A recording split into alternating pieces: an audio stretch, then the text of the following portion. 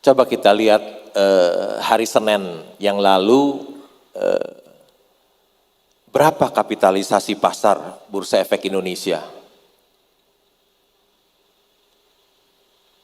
Itu 9.129. Jadi ternyata saham-saham yang diperdagangkan di Bursa Efek Indonesia itu lebih besar daripada dana masyarakat yang ada di perbankan kita ya. Ini 10 perusahaan di Indonesia yang terbesar. Satu BCA nilainya 982 triliun ya. BRI 682 triliun, Telkom 429 triliun, Bank Mandiri 355 triliun, Astra 234 triliun ya.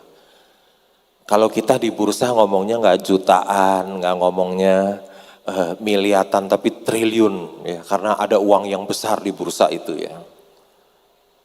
Nah ini Apple ya, ini perusahaan yang paling mahal, harganya 2.800 triliun dolar ya. Jadi kalau dikalikan 15.000 jadi berapa tuh?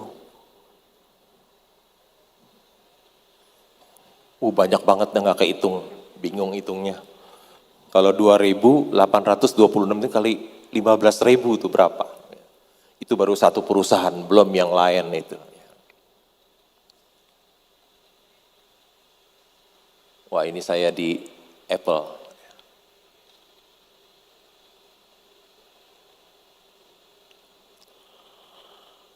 Ini ada orang ya,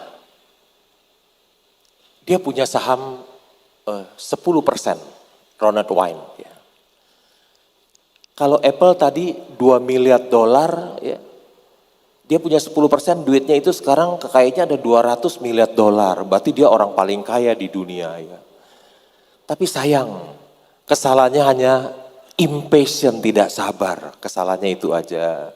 Dia tidak sabar bahwa dia pegang saham Wonderful Company ya. Saham itu tahun 76 hanya dijual 800 dolar loh. Sekarang jadi 200 miliar dolar ya. Coba jualnya ke saya ya. 800 dolar. Kata orang Bandung bilang murah pisan 800 dolar. Sekarang di situ 900 miliar padahal 200 miliar ya. Harta karun kekayaan terbesar yang ada di dunia adanya di pasar modal, bukan di bawah laut. Nilainya nyata dan transparan. Sangat disayangkan bila ada orang yang tidak mengenal pasar modal ya. Kalau Bapak Ibu sekalian ingin menjadi orang yang kaya, pasar modal lah tempatnya. Sangat disayangkan loh kalau Bapak Ibu sekalian dalam hidup ini tidak kenal tentang pasar modal ya. Di situ ada uang yang sangat besar, ada uang yang sangat besar.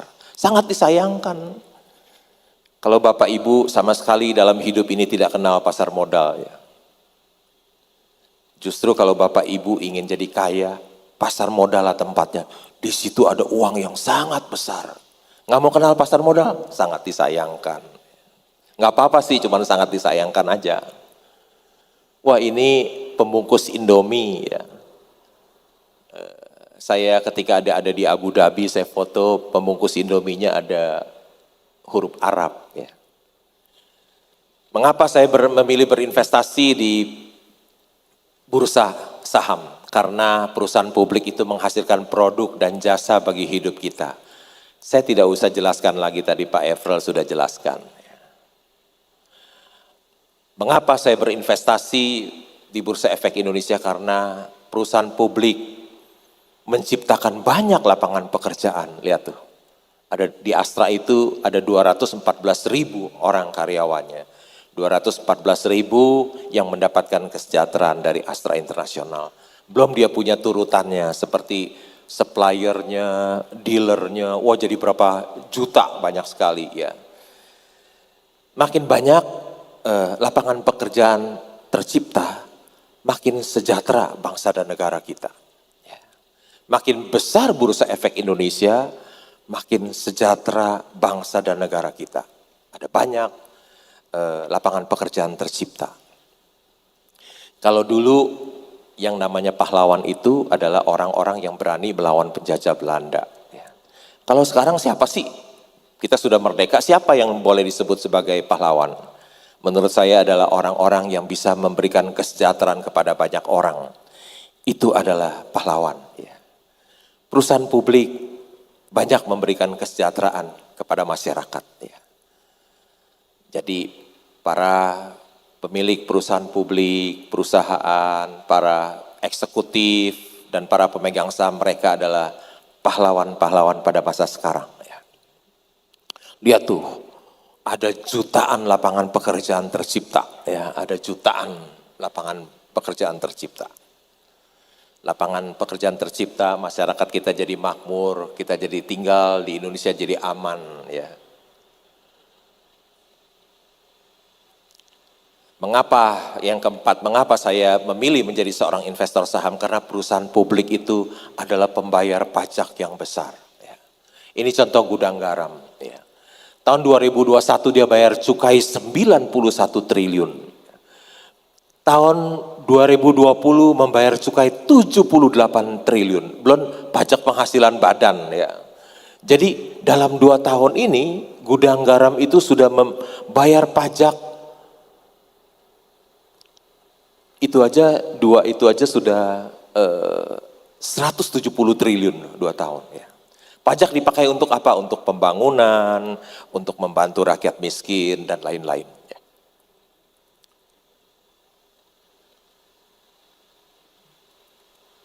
Bayar pajak adalah bukti cinta kita kepada negeri tercinta. Ya. Kalau dulu kita ingin membuktikan cinta kita kepada negeri tercinta ini, kita harus sampai mengorbankan nyawa kita melawan penjajah Belanda. Sekarang nggak perlu korbankan nyawa. Ya. Bayar pajak yang benar. Itu sudah membuktikan cinta kita kepada negeri tercinta. Ya. Jangan sampai kita sembunyikan penghasilan kita nggak bayar pajak, kita tungguin amnesti, pengampunan, baru ikut pengampunan. Jangan. Ya. Bayar pajak yang benar itu bukti kita, cinta kita kepada negeri tercinta. Bangga bayar pajak. Ini Warren Buffett, investor saham, mendapat penghargaan dari Presiden Amerika.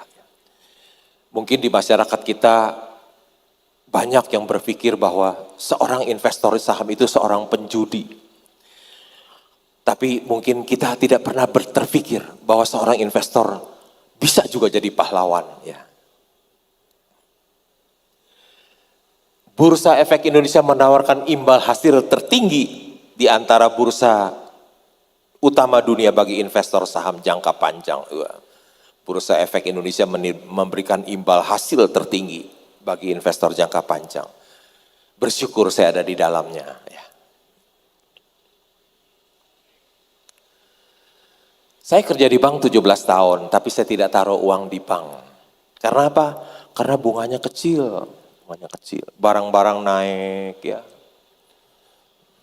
Bunga bank berapa sekarang? 3% kali ya? Saya nggak tahu karena saya nggak pernah deposito. Ya.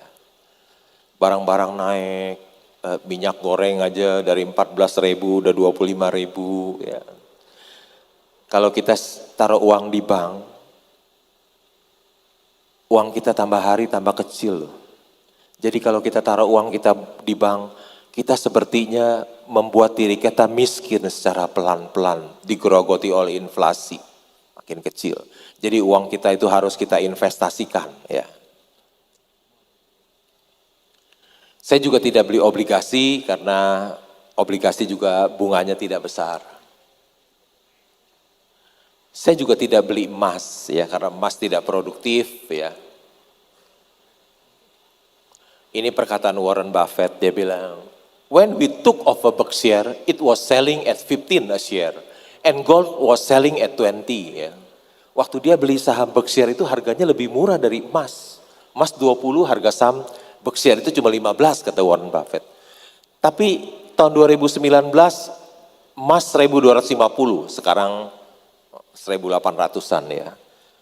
Berkshire 300.000, jadi lebih menguntungkan pegang saham daripada pegang emas kata Warren Buffett. Saya juga tidak pegang dolar ya, padahal rupiah terus melemah terhadap dolar ya. Saya tidak pegang. Ya. terus rupiah melemah terus terhadap dolar.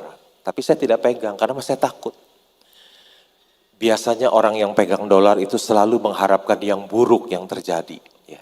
Jadi saya takut, saya nggak mau pegang dolar. Ya. Dia kalau situasi yang buruk terjadi, dia senang rupiah melemah, dolarnya menguat. Ya. Saya lebih suka pegang saham. Ya. Karena orang yang pegang saham itu selalu mengharapkan yang baik. Ya. Kalau COVID datang, waduh hancur sahamnya, hancur lebur. Ya. Kalau situasi yang buruk terjadi, saham hancur. Jadi orang yang pegang saham itu selalu mengharapkan yang baik. Ya. Indonesia negaranya aman, stabil, ya. Ekonominya menguat, daya beli meningkat supaya harga-harga saham juga bisa ikut naik. Ya. Kalau situasi buruk terjadi, ya hancur lah. Ya. Saham yang diperjualbelikan di bursa membuka kesempatan bagi para investor bermodal kecil untuk bisa memiliki perusahaan besar. Mengapa? Karena dengan memiliki saham berarti kita ikut memiliki perusahaan tersebut. Ya. Kalau kita mempunyai keuangan yang terbatas, uang yang terbatas, kemampuan yang terbatas untuk mendirikan perusahaan sebesar seperti Astra Internasional, seperti BCA, hampir tidak mungkin. Tapi dengan adanya Bursa Efek Indonesia, memungkinkan kita yang uangnya terbatas, kemampuan kita terbatas, bisa memiliki perusahaan yang hebat. Ya, bisa memiliki perusahaan yang hebat. Kita bikin nggak bisa, tapi kita bisa memilikinya karena ada Bursa Efek Indonesia.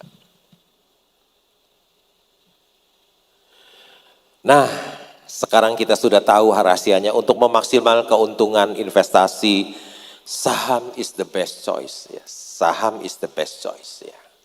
Tapi kata-kata saya ini hampir tidak dipercaya oleh 99 masyarakat kita. Ya.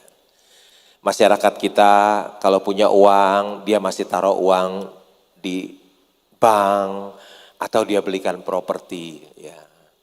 Jadi 99 masyarakat kita tidak percaya kata-kata ini, saham is the best choice. Ya. Tidak percaya. Ada fatwa dari MUI beli saham itu halal. Ya. Tapi katanya Bitcoin haram untuk investasi. Ada 2 orang kaya nih, ya.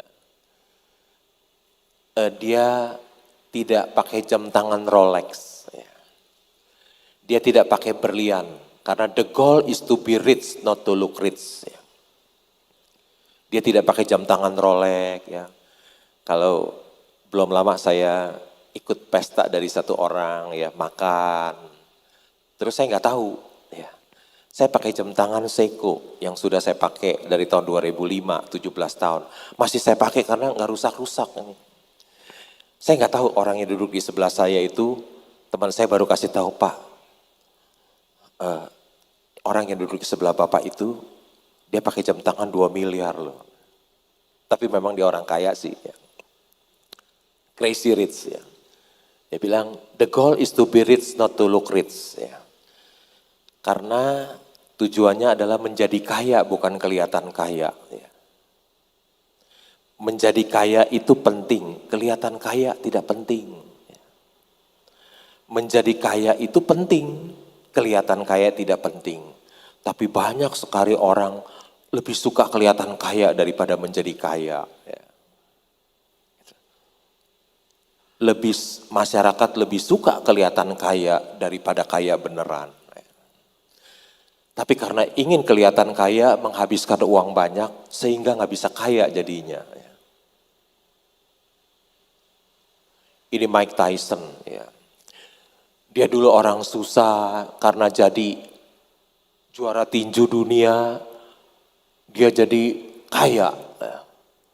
Dia dapat 400 juta dolar, kalau kita supaya cepat hitung kali aja 15.000, 6 triliun. Akhirnya habis lagi uang itu karena hidupnya konsumtif, foya-foya. Dia pikir dia udah kaya, nggak bisa miskin lagi nih. Ternyata punya uang 6 triliun juga habis, ya habis. Jadi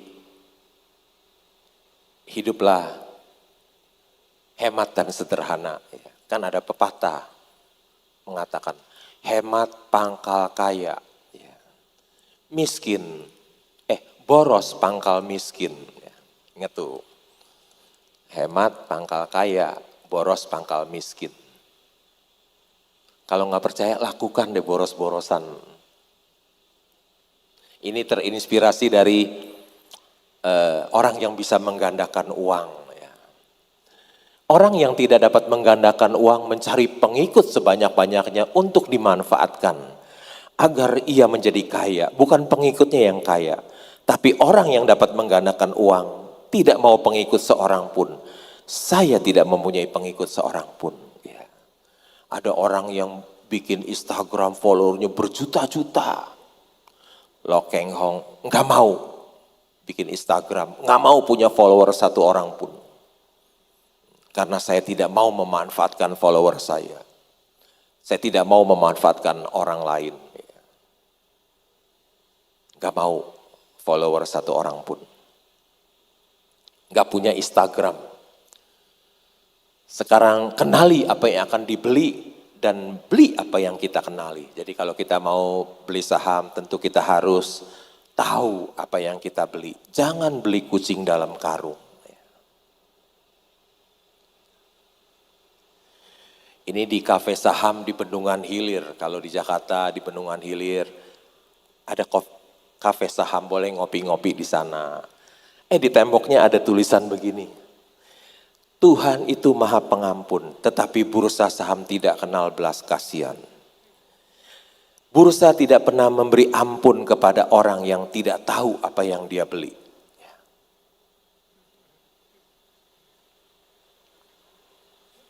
Kafe saham di Bendungan Hilir, jangan lupa ya, Tete Tami nanti mampir. Tapi bukan saya punya loh, punya teman. Apa yang harus kita perhatikan kita membeli saham? Ya, jangan pernah membeli saham perusahaan yang dikelola orang yang tidak jujur dan tidak berintegritas. Kalau Anda mempercayakan uang Anda kepada orang seperti ini, uang Anda akan habis. Ya, satu. Jangan pernah membeli saham perusahaan yang dikelola orang tidak jujur dan tidak berintegritas. Jangan, ya. Kalau saudara tahu orang ini nggak benar, jangan beli. Belilah perusahaan yang usahanya bagus. Inti contoh perusahaan yang bidang usahanya jelek, keren tapi jelek. Ya. Garuda Indonesia. Malah pindah. Ini tahun 2017, nggak ada belum COVID loh, COVID mulai 2020. Rugi 200 yang paling bawah ya, rugi 213 juta dolar ya, paling bawah 2017. Belum COVID udah rugi 213 juta dolar. Tahun 2018 juga belum COVID, rugi 175 juta dolar.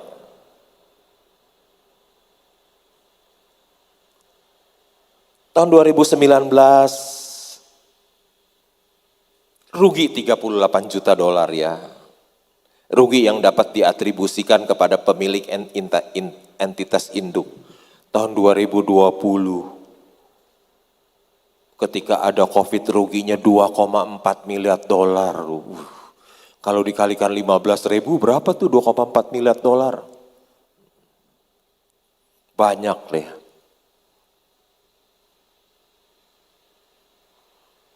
Kok maju sendiri? Tahun 2021 rugi lagi. 1,6 miliar dolar. Jadi 2 tahun udah rugi 4 miliar dolar loh. Kali 15.000 berapa? Padahal Garuda itu penumpangnya banyak. Tarif tiketnya mahal. Tetap rugi. Karena rugi jangan beli. Jangan pernah beli. Belilah usaha yang untungnya besar, jangan beli untung yang kecil ya. Ini Pak Peter Gonta yang ngomong, jadi bukan saya ya yang ngomong, Pak Peter Gonta dia bilang, Komisaris Garuda Peter Gonta sebut Khairul Tanjung rugi 11 triliun. Waduh, kasihan banget rugi 11 triliun ya. Coba sebelum beli ngomong sama saya, pasti nggak bakalan beli.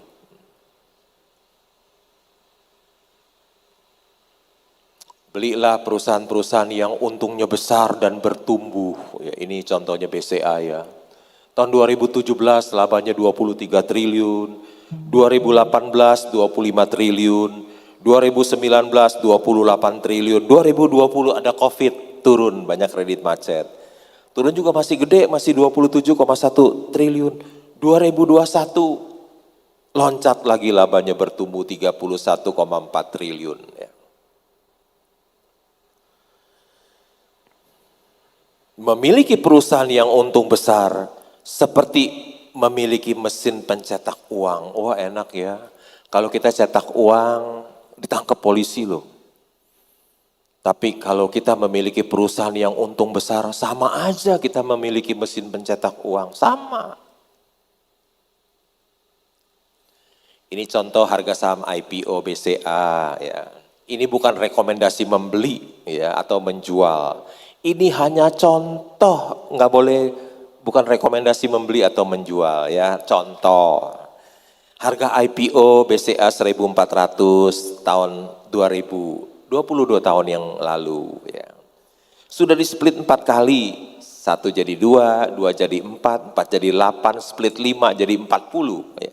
Jadi saham yang satu dulu sekarang udah jadi 40 lembar karena dipecah-pecah sahamnya. Harga sekarang 7950 karena udah turun, ini belum di-adjust tiap hari kan harganya berubah, sekarang udah turun ya. Andai kata 7.500 saja kali 40 udah 300.000. Andai kata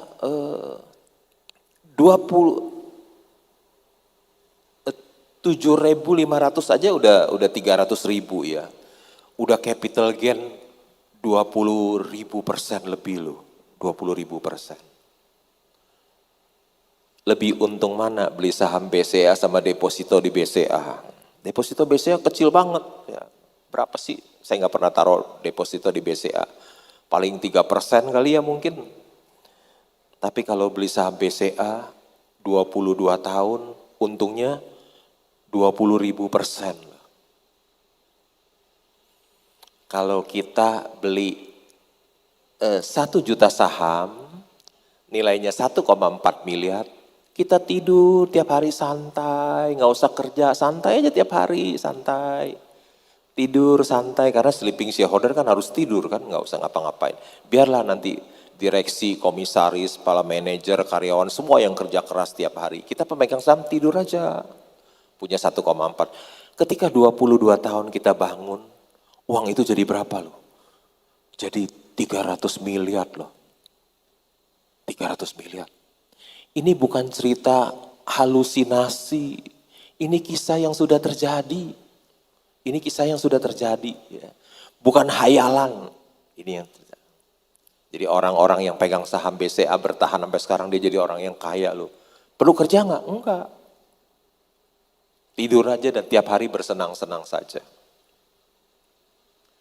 Ketika kita sudah memiliki saham perusahaan yang hebat, yang terbaik adalah tidur. Investor saham yang tidur bukan saja akan mendapatkan cuan yang besar, tidur juga bisa meningkatkan imunitas sehingga bisa terhindar dari COVID-19.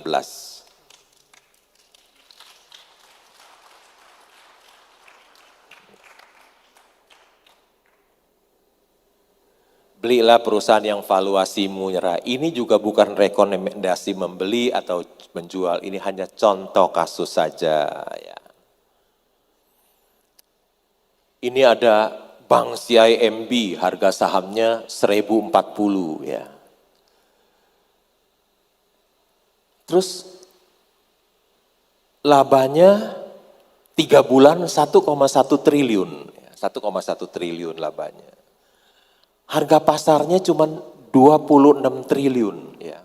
Perusahaannya market cap-nya itu di bursa sekarang dihargai 26 triliun. Tapi 3 bulan labanya 1,1 triliun. Kalau kita kaliin 4 aja, udah 4,8 triliun. Labanya 4,8 triliun, harga market cap-nya 26 triliun. Ya. Sedangkan kalau kita lihat yang satu lagi, Bank Jago. Ya. Harga sahamnya 9.000, market cap-nya 124 triliun. labanya cuma 18 miliar. Tadi Bank CIMB labanya 1,1 triliun, ini cuma 18 miliar. Kalau kali 4 juga paling 80 miliar, tapi kapitalisasi pasarnya 124 triliun. Ya. Ini contoh valuasi yang murah dan mahal. Ya. Tapi ini bukan rekomendasi membeli dan menjual, ini contoh kasus saja untuk pembelajaran.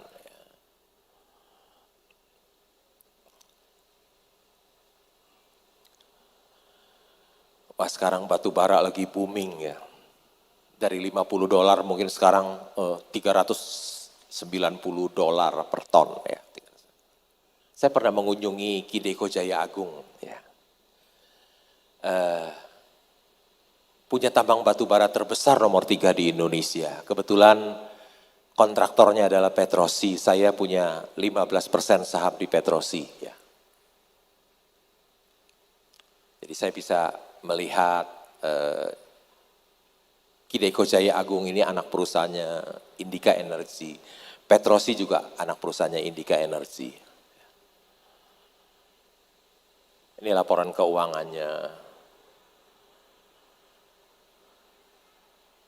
Tahun 2016 saya pernah saham ini turun ke 110, ya 110. Jumlah sahamnya ada 5,2 miliar, 5 miliar 210 juta saham. Jadi kalau kali 100-an kurang 110 kurang lebih 550 miliar. Ya. Market cap-nya hanya 550 miliar. Tapi kalau kita lihat ekuitasnya, modalnya masih ada 667 triliun. Ya. Kalau kita kalikan 15.000 ada 9T loh. Market harga pasarnya hanya 550 miliar, tapi perusahaan itu masih ada modal 9 triliun lebih. Wah, ini salah harga. Ya. Ini artinya Mercy yang dijual harga bajai. Loh Keng Hong, apa yang dilakukan Loh Keng Hong? Dia membeli. Saya order saham saya ke pialang saya, tapi bukan di Sinarmas, pialang yang lain. Yang angkat itu direkturnya loh. Direkturnya MBA lulusan Amerika. Dia memberi nasihat kepada saya, Pak, jangan beli Pak tambang batu bara, masa depan suram. Dia tulus nasihatin saya loh, bukan mau jeblosin saya. Dia tulus. Dia benar-benar tulus menasihati saya, jangan beli Pak. Tambang batu bara masa depan suram. Saya bilang gak apa-apa, beli aja, beli. Saya kumpulin beli, akhirnya jadi pemegang saham terbesar nomor 4 di Indika Energy. Ya. Tambang batu bara terbesar nomor 3 di Indonesia. Waktu saya beli harga batu bara hanya $50, naik ke $100. Apa yang terjadi dengan harga saham Indika?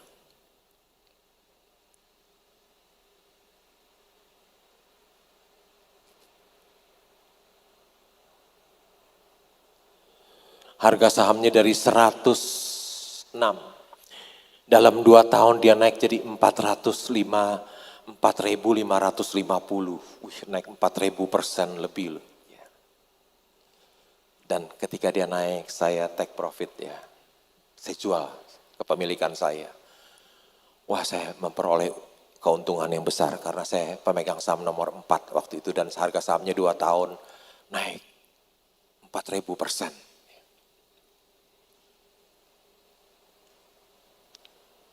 Invest in bad time and sell in good time and you will get rich. Ya. Ini pepatah yang sederhana, kalau kita lakukan kita bisa jadi orang kaya loh. As simple as that, ya, sederhana seperti itu. Mau jadi kaya itu mudah loh. Kalau in bad time, waktu bad time, semuanya murah, semuanya murah. Kita beli ini invest. Tapi nanti satu hari dia pindah jadi good time. Semuanya jadi mahal naik. Kita jual dan kita jadi orang kaya. Menjadi orang kaya itu as simple as that. Semudah seperti itu. Nah, awal 2017 saya membeli saham Indakiat di harga 1.000. Sekarang naik ke 20.000. Saham Indakia telah memperkaya saya, teman-teman saya yang mengikuti saya, dan investor-investor saham yang memilikinya.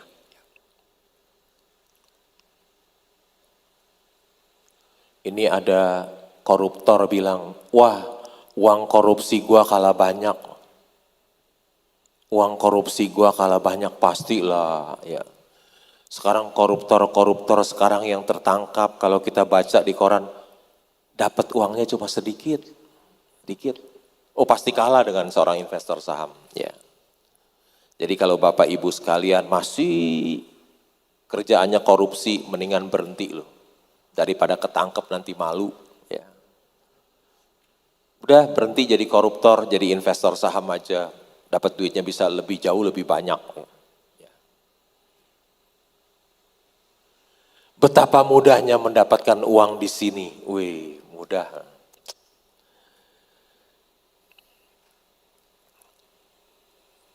Nggak usah kerja keras, kita jadi sleeping shareholder santai aja tiap hari. Ya. Dapat uang banyak.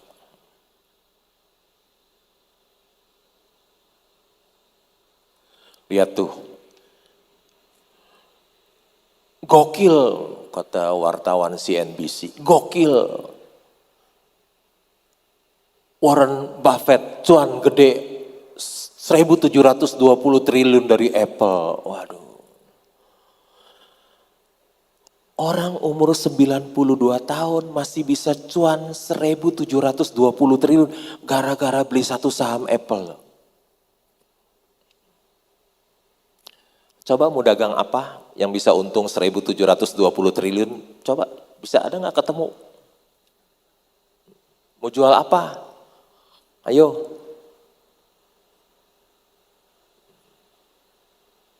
Coba pikirin deh mau jual apa yang bisa untung, beli terus nggak ngapa-ngapain, sleeping aja, tidur aja, cuannya 1.720 triliun loh. Yuk kerja keras, buka usaha, belum tentu bisa untung. Tiap hari sibuk pikirin usaha, dari pagi sampai malam, belum tentu bisa untung. Jangan-jangan rugi loh, bisa. Udah gitu orang 92 tahun masih bisa cuan loh 1.720 triliun loh. Begitu mudah mendapatkan uang di bursa efek. Ciri-ciri investor saham hebat katanya, ini dari bisnis.com ya.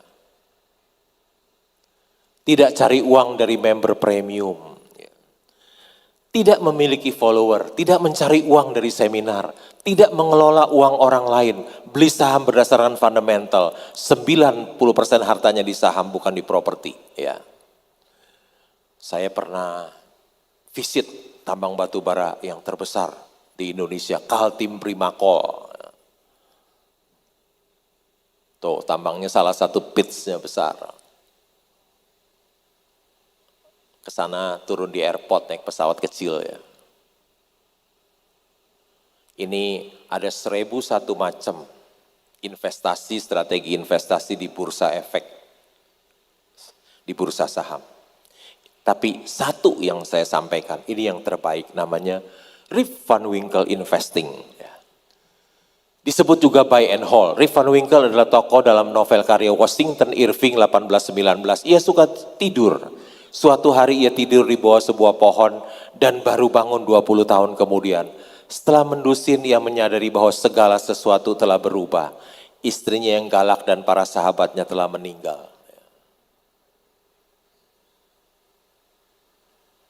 Ini mungkin ajaran baru ya.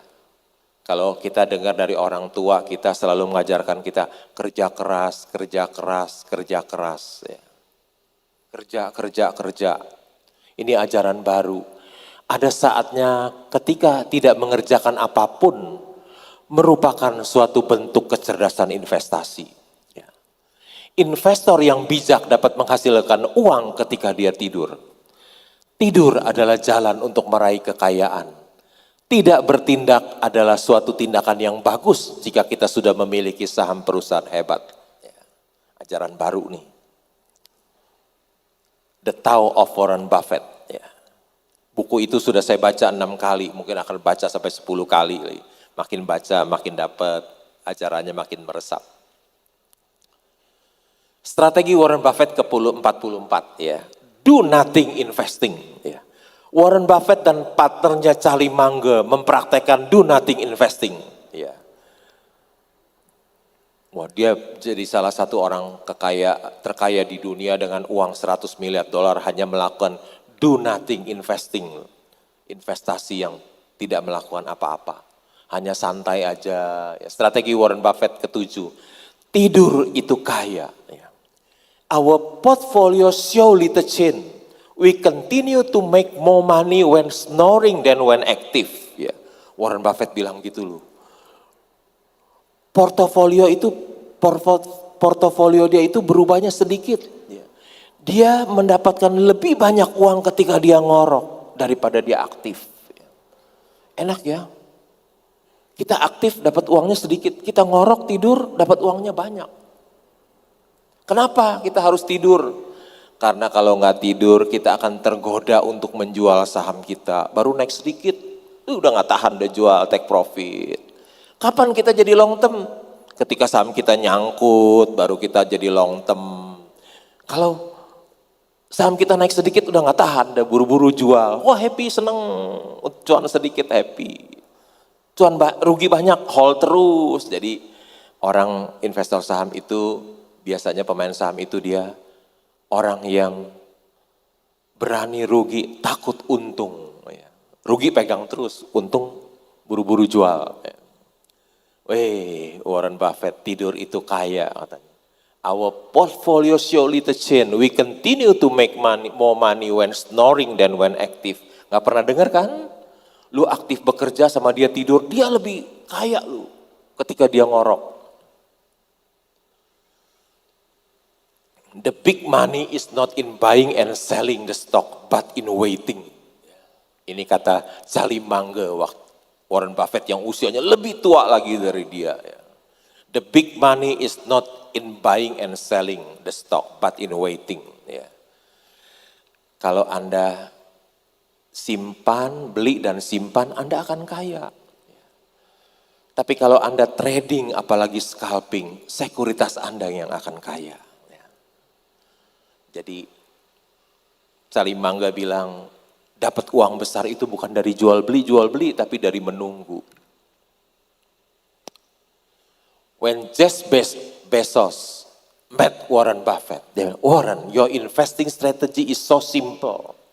Why doesn't everybody just copy you? Because nobody wants to get rich slow. Ya, nggak mau kaya pelan-pelan, maunya cepat, instan. Ya. Lu tahu nggak? Jeff Bezos bilang, your investment strategy is so simple. Bukan simple loh. So simple, artinya terlalu mudah. Orang tinggal copy aja. Strategi Warren Buffett sangat mudah. Apa yang kita lakukan itu terlalu mudah. Tinggal copy aja.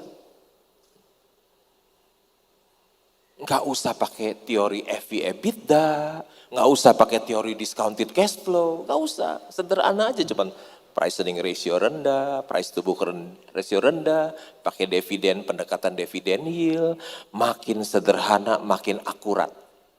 Makin sulit, makin tidak akurat. Ya. Supaya dia dibayar mahal, jadi bikin yang sulit-sulit. Padahal nggak akurat. Kenapa dia bikin yang sulit-sulit, yang akurat? Karena supaya dibayar mahal. Ya. Padahal yang sederhana itu, yang simple, justru itu yang lebih akurat, lebih sempurna. Saya tidak punya hutang, mengapa saya tidak mau berhutang? Karena orang yang berhutang ketika krisis datang, seperti pandemi COVID-19 akan mengalami kesulitan dan kebangkrutan. Tetapi orang yang tidak punya hutang akan kuat bertahan. Saya tidak punya hutang 1 rupiah pun.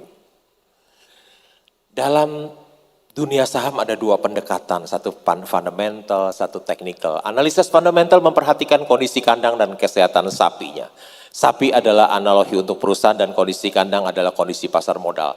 Analisis teknikal hanya memperhatikan pergerakan ekor sapi. Ekor adalah analogi untuk harga saham. Baginya kondisi kandang dan sapinya tidak penting, bahkan mungkin ia tidak peduli.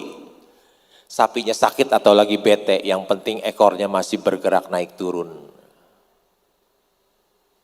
Ini ada buku Intelligent Investor karangan Benjamin Graham.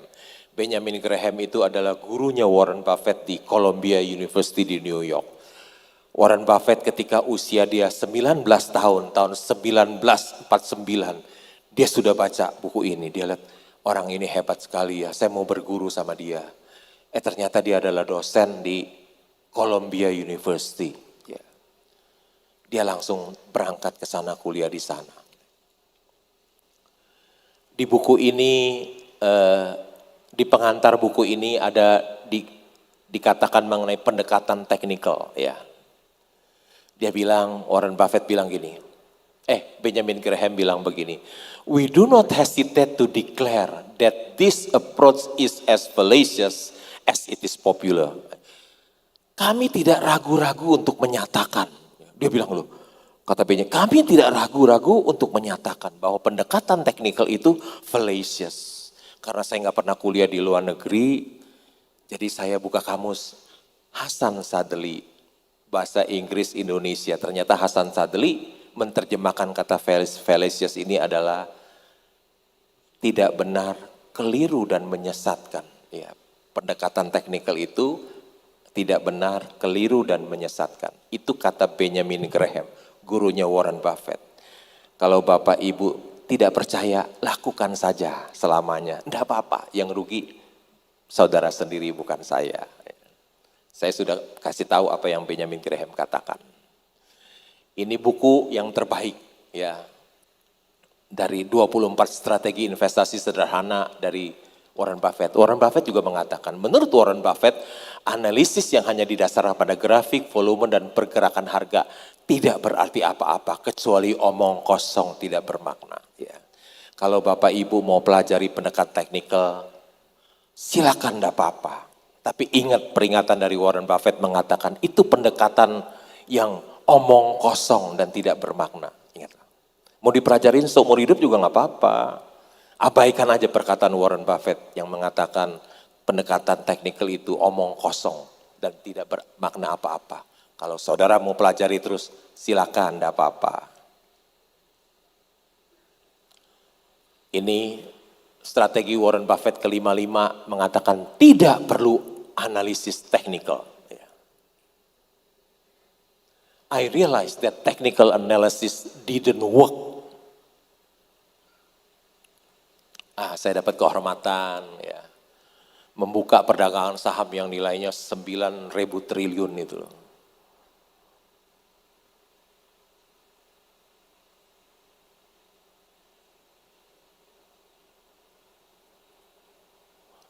Juga pernah investor saham dapat penghargaan ya. Itu di sebelah saya Menteri Kesehatan, di sebelah saya yang rambutnya panjang itu Wakil Presiden Direktur Indofood, mantunya Lim Sulyong ya, Franciscus Werirang. Setelah sukses berinvestasi saham, Lo Keng Hong menikmati hidupnya. Setiap hari ia duduk di taman rumahnya dari pagi hingga malam. Melakukan 3 hal, read, think, and invest. Ia membaca 4 koran, laporan keuangan perusahaan, dan data statistik pasar modal. Ya. Karena penulis bukunya, yang gambar kartunisnya nggak pernah datang ke rumah saya, jadi gambarnya jadi salah. Ya. Harusnya rumah saya seperti ini. Nah, tuh rumah saya. Hah? Tiap hari sukanya baca koran ya. Pagi-pagi, milenial sih udah pasti nggak mau baca koran, apalagi bayar koran masih mahal sekarang, masih 650.000 saya langganan tiap bulan, nggak apa-apa deh. Ada berita yang bisa kasih saya cuan banyak kan nggak apa-apa, 650.000 jadi kecil. Udah biasa baca koran 30 tahun lebih berhenti, sayang ya udahlah terusin aja lah, nggak apa-apa bayar juga. Baca laporan keuangan, ya baca buku saham. Sebuah patung inspiratif dari Jepang menunjukkan bahwa bobotmu tidak ditentukan oleh ukuran tubuh, tapi dari berapa banyak buku yang kamu baca. Ya. Anak kecil baca buku 4 lebih berat daripada orang gendut yang baca bukunya 1. Orang yang banyak membaca, dia jadi banyak tahu. Orang yang banyak tahu, dia dekat dengan kepintaran. Orang yang dekat dengan kepintaran, dekat dengan kekayaan. Membaca adalah sumber inspirasi. Pepatah bahasa Indonesia mengatakan, membaca adalah jendela dunia. Pepatah bahasa Mandarin mengatakan, Su li ziyu huang jing u. Su itu artinya buku, huang jing artinya emas, u dari rumah artinya uzi. Dari di dalam buku ada rumah emas. Ya. Tiap hari Warren Buffett membaca, saya juga kerjanya hanya membaca dan berpikir. Permisi tanya dong, mahasiswi Universitas Maranatha, berapa waktunya, berapa jam sehari dipakai untuk membaca, untuk belajar? Permisi tanya. Saya hampir seluruh waktu saya dipakai untuk membaca, meskipun saya nggak kuliah.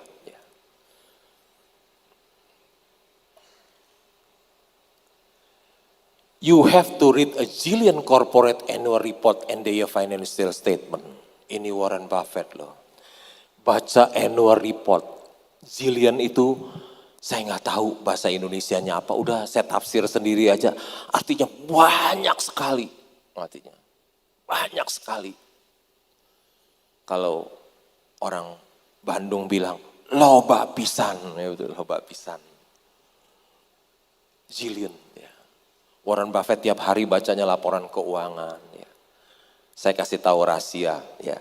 Kalau ingin jadi seorang investor saham yang berhasil, bacalah laporan keuangan. Ya. Anda tidak akan bisa menjadi seorang investor saham kalau Anda tidak baca laporan keuangan. Ya. Saudara nggak mungkin bisa jadi seorang investor saham. Apalagi pakai yang lain-lain. Ya. Itu ajaran sesat semuanya. Yang benar adalah bacalah laporan keuangan. Ya. Ikut Warren Buffett. Kalau mau kaya, ikut Warren Buffett yang sudah terbukti kaya. Yang lain omong doang. Ya. Minta seminar mahal-mahal, padahal yang diajarkan ajaran sesat. Ya. Itu pinter-pinter ngomong orangnya. Itu hanya tong kosong nyaring bunyinya. Ya. Mau jadi investor saham, syaratnya hanya satu, baca laporan keuangan. Jadi kita tahu apa yang kita beli. Udah dikasih tahu nih rahasia sukses. Berusia 100 tahun tapi masih dibutuhkan. Mau kerja sampai 100 tahun? Nggak pensiun, kerja terus. Tadi udah dikasih tahu sama Sekar ya kalau nggak salah ini ya.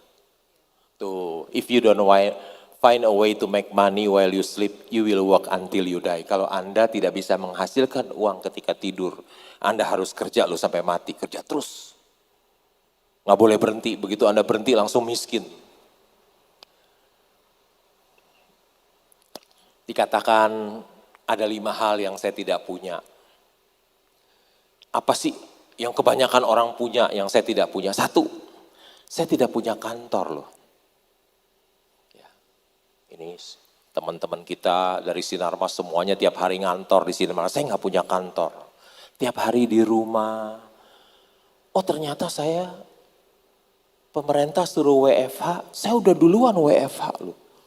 Saya sudah WFH 26 tahun. Orang-orang baru 22 tahun aja udah, waduh rasanya udah nggak kerasan ya. Loh Keng Hong sudah WFH 26 tahun nggak punya kantor. 2, saya nggak punya pelanggan satupun, nggak ada produk yang saya jual, saya nggak punya produk, nggak ada kantor, nggak ada karyawan satupun, nggak punya pelanggan satupun, nggak punya karyawan satupun, sekretaris nggak punya, staf keuangan nggak punya. Kalau orang sudah Pak email, mohon maaf ya gaptek, nggak bisa email, jawab gitu aja. Ke bank transfer pakai online, tapi online itu kan ada limitnya, transfer saya besar-besar, jadi nggak cukup limitnya, jadi mesti datang juga ke bank, nggak punya staf keuangan, datang sendiri, jadi kenal tuh sama orang bank semuanya. Nggak punya apa lagi ya, saya nggak punya bos 1 orang pun loh, saya nggak punya partner 1 orang pun, sendirian. Yang kelima, saya nggak punya utang 1 rupiah pun. Ada 5 hal yang saya nggak punya, yang kebanyakan orang punya. nggak punya kantor, tiap hari di rumah. Kesian istrinya juga, tiap hari suaminya di rumah, suami orang lain pergi pagi pulang malam, dia bebas. Kalau saya di rumah terus. Nggak punya kantor, nggak punya pelanggan satupun, nggak punya karyawan satupun, nggak punya bos satupun, nggak punya utang 1 rupiah pun. Ya. Oh, berkat Tuhan itu begitu besar dalam hidup saya, begitu ajaib ya. Ada orang miskin yang nggak punya kantor, nggak punya pelanggan, nggak nggak punya bos, nggak punya hutang, bisa jadi seorang triliuner loh, seorang miskin yang menjadi triliuner. Berkat Tuhan itu begitu besar, berkat Tuhan itu begitu ajaib dalam hidup saya. Apa yang gak pernah saya pikirkan, itu yang Tuhan berikan buat saya. Harta melimpah ada satu hal yang tidak bisa dibeli oleh miliar. Warren Buffett bilang, uangnya ada 100 miliar dolar. Ada satu lu yang dia gak bisa beli, apa? Waktu katanya. Waktu yang dia gak bisa beli. Di dunia ini ada 4 macam orang. Orang yang pertama, orang yang banyak waktu tapi tidak punya uang. Siapa dia? Pengangguran. Ya. Hidupnya jadi benalu buat orang lain. Orang yang kedua, orang yang banyak uang tapi tidak punya waktu. Siapa dia? Dia adalah pengusaha, para profesional. Yang ketiga adalah orang yang tidak punya waktu dan tidak punya uang. Siapa dia? Dia adalah yang gajinya kecil, UMR, habis bulan duitnya juga habis. Ya. Dan orang yang ketiga ini yang tidak punya waktu, tidak punya uang, jumlahnya paling banyak, signifikan paling banyak. Yang keempat adalah orang yang bukan hanya punya uang banyak, tapi juga punya waktu banyak. Dia siapa? Dia adalah sleeping investor, investor yang tidur. Dia punya waktu banyak, nggak kerjain apa-apa soalnya, hanya disuruh tidur saja.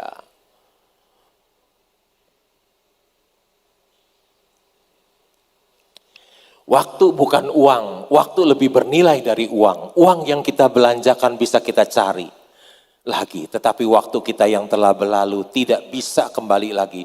Waktu adalah hidup kita. Seorang investor saham bisa memiliki banyak uang dan banyak waktu. Punya dua, seorang investor saham. Dua-duanya punya. Being rich is having money, being wealthy is having time. Kerjanya apa? Katanya kerjanya sekarang Lo Keng Hong nggak ada kerjaan ya, jalan-jalan aja, traveling. Oh sampai ke sini loh, Cape of Good Hope. Waktu kita SD itu ada pelajaran Tanjung Harapan. Letaknya jauh di benua Afrika paling ujung. Ada Tanjung Harapan, sampai ke Tanjung Harapan. Jauh lu ke sini, udah sampai nggak ada apa-apa ya. Itu nggak ada apa-apa. Bagusan ke Ancol, deket lagi banyak macam-macam ya. Kenapa ya namanya terkenal ya Tanjung Harapan sampai ke buku di SD kita baca. Pernah ikut shareholder meeting di Berkshire Hathaway di Omaha bersama dengan Warren Buffett. Ya. Ini rumahnya Warren Buffett ya, di Omaha. Orangnya sederhana. Pas waktu saya datang, di seberangnya, percis seberangnya loh, hadap-hadapan begini loh percis. Ada pelang dijual. Oh, saya bilang, apa ini rumah ini untuk saya ya? Kemudian saya berpikir, bulan Maret 2020 saya mau terbang ke situ saya bayar. Kan kalau beli dolar kan maksimum 25.000. Saya minta Pak Jamil, Pak, Bapak bantuin saya ya, pakai Dairy Group Indah Kiat lah yang jual ke saya atau siapa. Saya perlu uang dolar besar ya buat beli rumah di situ. Ya, udah siapin uang. Pak Jamil bilang, iya siap saya bantu. Ya, sahabat saya soalnya. Siap saya bantu. Covid datang Maret 2020, jadi saya tunda keberangkatan. Saya nggak jadi deh, kalau nggak saya hampir jadi Warren Buffett neighbor, tetangga orang hadap-hadapan tiap hari ketemu. Tapi sekarang udah tertunda 2 tahun ya. Udah tertunda 2 tahun, terus katanya di Amerika banyak orang benci orang Asia, jadi takut ke Amerika ya. Jadi keinginan itu mulai berkurang.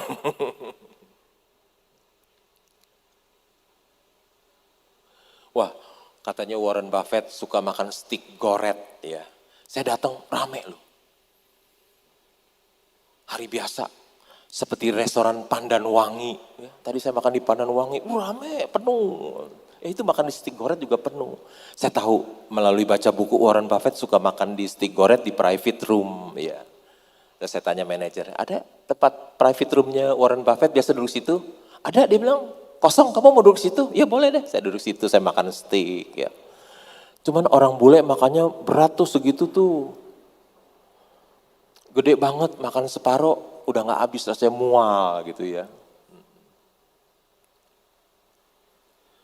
Oh, ada istrinya John McCain datang ke Indonesia. John McCain itu kandidat presiden Amerika yang kalah sama Obama. Ya.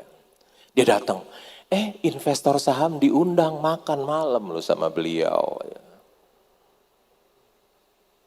Tuh istrinya John McCain. Wah saya berkesempatan melihat Gosowong Gold Mine, tambang batu bara, tambang emas di Halmahera. Ya. Halmahera. Saya bisa lihat bagaimana emas itu diambil, ya, diledakkan pakai bom, batuannya diambil, diolah, dibakar sampai jadi emas murni. Wah prosesnya saya lihat semuanya, tinggal 4 hari di Halmahera. Ya. Wah ini yang punya Raja Emas, ya. Punya emas satu gunung. Ya. Saya pergi ke sana naik private jet, tapi bukan saya yang bayar, beliau yang bayar. Karena dia punya emas segunung kan, saya diundang ya saya datang. You will never change your life until you change something you do daily. The secret of your success is found in your daily routine. Jadi rahasia suksesmu itu tergantung dari apa yang kau kerjakan setiap hari. Jadilah pelaku pasar modal yang berintegritas dan beretika, maka Anda akan dihormati masyarakat. Ini dia idola saya, investor saham sukses yang terhormat, tidak tipu sana sini. Karena adanya corona, pemerintah menganjurkan agar melakukan studi dan work from home. Ternyata ini sudah saya lakukan selama 26 tahun. Karena udah dulu pertama-tama COVID tahun 2020 kan sekarang udah 2 tahun. Jadi itu belum dirubah, masih 24, sebetulnya sudah 26 tahun. Ya. Kekayaan Warren Buffett tembus 100 miliar dolar.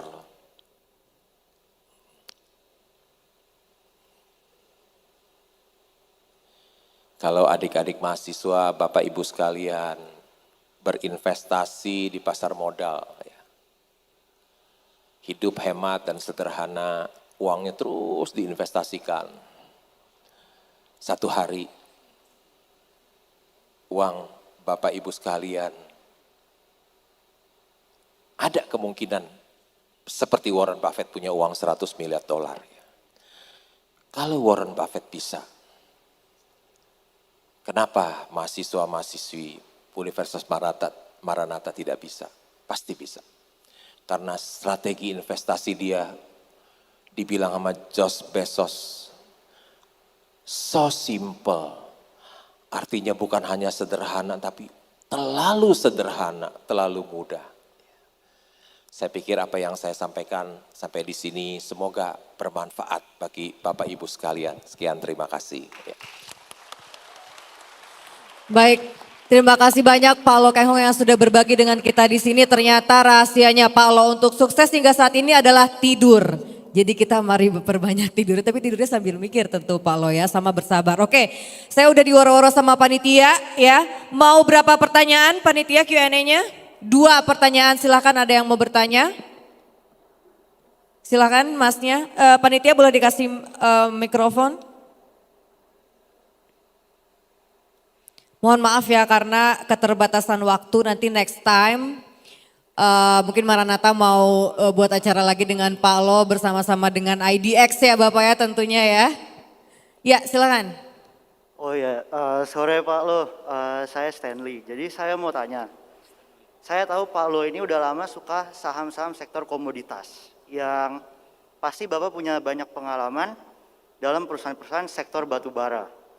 Yang aku mau tanya ini adalah kalau komoditas itu kan bisa mereka berdarah-darah cukup lama. udah berdarah cukup lama, walaupun ekuitasnya besar, tapi kan kita pasti ada rasa khawatir.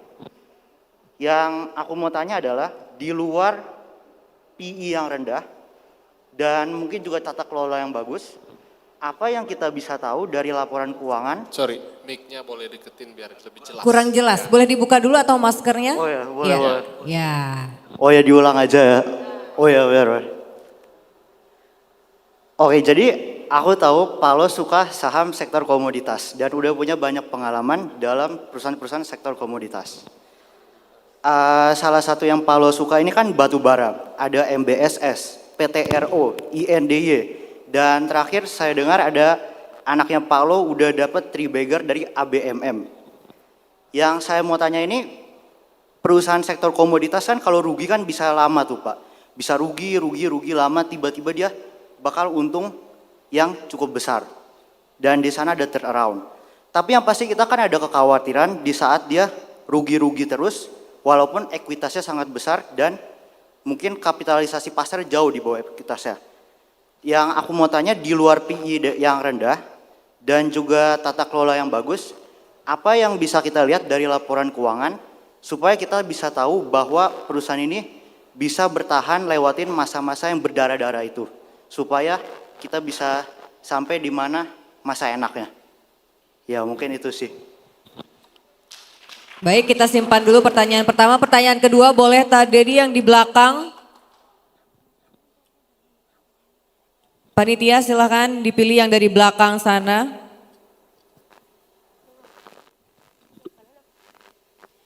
Silakan yang milih panitia aja. Nanti saya diprotes ya. Ya, selamat sore Pak Lo. Perkenalkan saya Geraldus dari SBM ITB. Tadi murid Pak Erman ngelihat juga ya. Izin tanya Pak, tadi saya melihat ada satu perusahaan batu bara terbesar di Indonesia, Kaltim Primakol. Wah, itu kalau dilihat pitnya besar banget ya. Mungkin batunya sedikit, simnya tebal Pak. Nah, itu kalau saya hitung kayaknya bisa hitung untung triliunan. Begitu juga dengan mungkin perusahaan saudaranya Pak, PT Arutmin. Nah, ini saya lihat punya siapa Pak? Ternyata punya saham Bumi Pak. Nah, saya lihat Pak, Bumi itu punya tambang sebesar itu, tapi hanya dihargai 8 triliun Pak. Dengan harga batu bara acuan yang biasanya dia kan tinggi garnya, biasanya $50 gitu. Sekarang hampir 400. Bagaimana pandangan Pak Lo terhadap saham Bumi? Karena menurut saya ini benar-benar Mercy, bukan dijual harga Avanza lagi Pak. Harga sepeda Pak. Tambang sebesar itu dihargain 8 triliun. Bagaimana pendapat Pak Lo terhadap saham Bumi? Terima kasih. Ya, tepuk tangannya. Silakan Pak Lo dijawab pertanyaan dari teman-teman.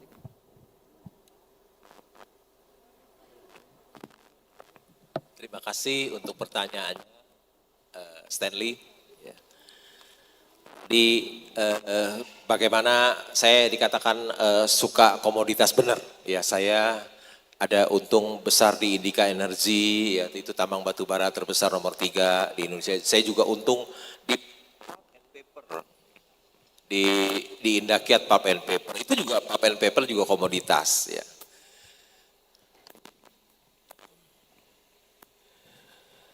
Bagaimana kita bisa tahu bahwa perusahaan itu bisa bertahan ketika dia lagi susah? Ya.